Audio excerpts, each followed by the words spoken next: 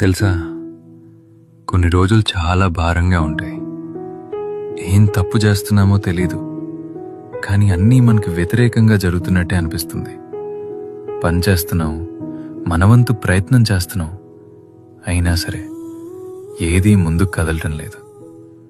అప్పుడు మనసులో ఒక్కటే భయం, ఇంతేనా నా జీవితం అని. కానీ నిజం చెప్పాలంటే నువ్వు ఓడిపోలేదు, నువ్వు ప్రయత్నం ఆపలేదు కదా. అదే చాలా మందికి సాధ్యం కాదు. ఫలితం వెంటనే రాకపోవచ్చు, అది బాధ కలిగిస్తుంది, కానీ అది నీ విలువను తగ్గించదు. ఇప్పుడు నువ్వు చేయగలిగింది ఒక్కటే, నీ చేతుల్లో ఉన్నదాన్ని ఈరోజు నిజాయితీగా చేయటం. మిగతావి నీ చేతుల్లో లేవు. కానీ నమ్ము, ఏదో ఒకటి నీ కోసం వస్తోంది.